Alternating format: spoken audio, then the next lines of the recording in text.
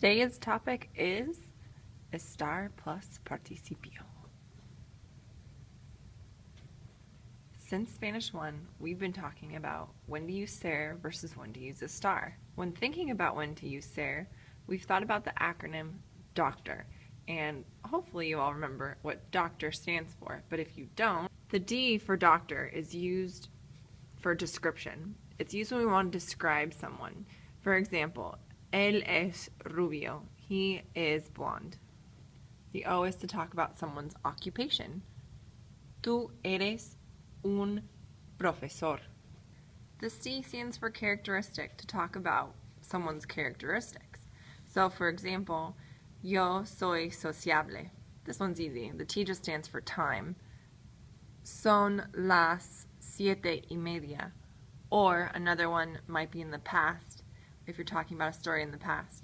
Eran las 9:15. The O stands for origin. Yo soy de California. The R just is relationship. Yo soy la tía de Jake. Or tú eres mi estudiante. The P stands for position, for when we want to describe where something is in relationship to another thing. So, for example, la mesa está al lado del escritorio. Or another one might be, el vaso está encima de la silla. The L is used for location. For example, yo estoy en la clase de español. The A is for action, to talk about an action that's currently going on.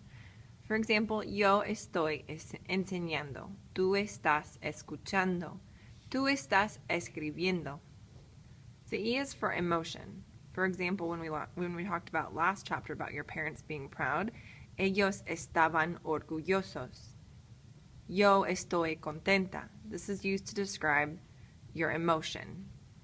Now, as you may or may not have noticed, I've skipped C and I've just added it for a reason. Now, in the past, I've kind of made up reasons why we use condition, but I haven't really talked about specifically how to use estar to describe a condition. So, when we want to describe something's condition, we're going to use estar. In many chapters in Spanish so far, we've already talked about the condition of things. Back in Spanish 2, we talked about things being open and things being closed. So the words for those are abierto and cerrado.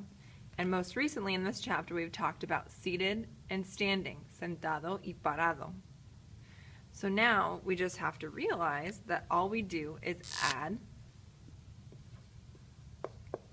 a conjugation of estar to tell us what is open, or if you are standing, or if she is seated. To form this tense, it's fairly simple. It has two parts. The first part is a conjugation of estar, meaning to be. So you just need to conjugate estar for whatever it is that you're talking about. The second part is the participle. And you might be thinking to yourself, oh gosh, I have to learn something new. But the good news is that you've actually already learned this in Spanish too. So let's say we want to talk about the lights being on or off.